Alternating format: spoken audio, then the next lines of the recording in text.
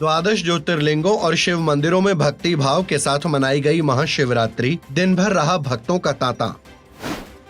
महाशिवरात्रि के अवसर पर स्नान दान के लिए प्रयागराज माघ मेले में उमड़ा आस्था का सैलाब, सुरक्षा के रहे ठोस इंतजाम। उत्तर प्रदेश में धार्मिक पर्यटन को मिलेगा बढ़ावा, अयोध्या, मथुरा, काशी और मिर्जापुर में 550 करोड़ रुपए से होगा विकास।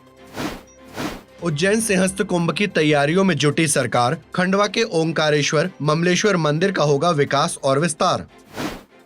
द्वादश ज्योतिर्लिंगों और शिव मंदिरों में आस्था और भक्ति के साथ महाशिवरात्रि का पावन पर्व मनाया गया। उज्जैन महाकालेश्वर, ओंकारेश्वर और काशी विश्वनाथ धाम समेत बड़े मंदिरों में ब्रह्म मुहूर्त से ही भक्तों के पहुंचने का सिलसिला शुरू हो गया था। मंदिरों के बाहर लंबी लंबी कतारें देखने को मिली और श्रद्धालुओं को दर्शन पूजन के लिए लंबा इंतजार करना पड़ा। सुरक्षा और सुगम दर्शन के विशेष इंतजाम भी किए गए थे।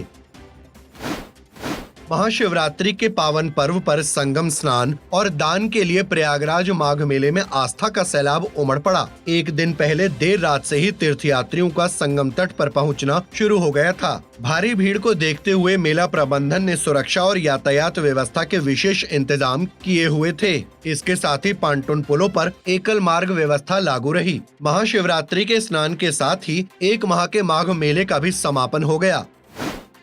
उत्तर प्रदेश सरकार ने वार्षिक बजट में धार्मिक पर्यटन के लिए बड़ी पहल की है। अयोध्या में राम मंदिर निर्माण के बाद बढ़ती पर्यटकों की संख्या को देखते हुए सरकार ने अयोध्या, काशी, मथुरा और मिर्जापुर जैसे प्रमुख धार्मिक स्थलों के लिए 550 करोड़ रुपए का विशेष आवंटन किया है। इस राशि से प्रमुख धार्मिक केंद्रों में बुनियादी सुविधाओं का विकास और विस्तार किया जाएगा।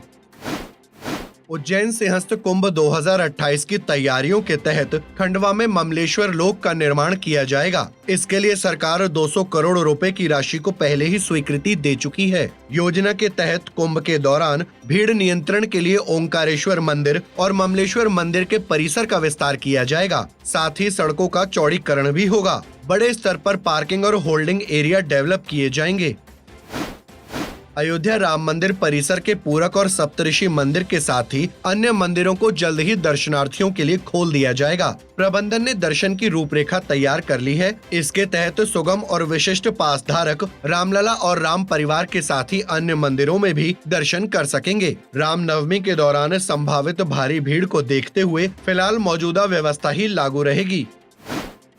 भारत की आध्यात्मिक सनातन संस्कृति के वैश्विक प्रसार के उद्देश्य से जल्द ही मसूरी के आर्यम इंटरनेशनल फाउंडेशन की शाखा लंदन में भी खुलेगी। संस्था के प्रणेता पूज्य पुष्पेंद्र कुमार आर्यम जी ने इस संबंध में लंदन प्रवास के दौरान अनेक विद्वानों और अनुयायियों से विचार विमर्श किया। संस्था स्विट्जरलैंड और मॉरिशस में अपने आश्रमों का सफल संचालन कर रही है, जिससे विदेश में बसे भारतीय बड़ी तादाद में जुड़ रहे हैं।